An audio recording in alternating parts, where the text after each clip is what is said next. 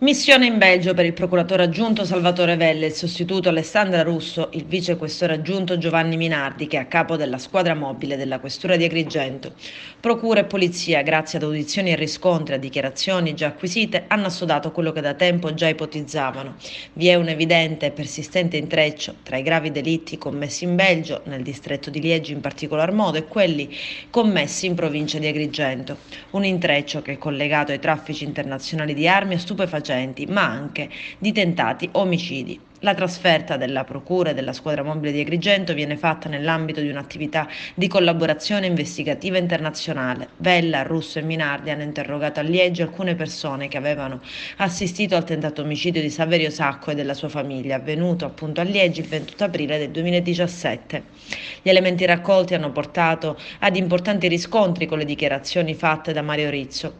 Il Favarese aveva già ricostruito la sua versione dei fatti e l'aveva esposta agli inquirenti.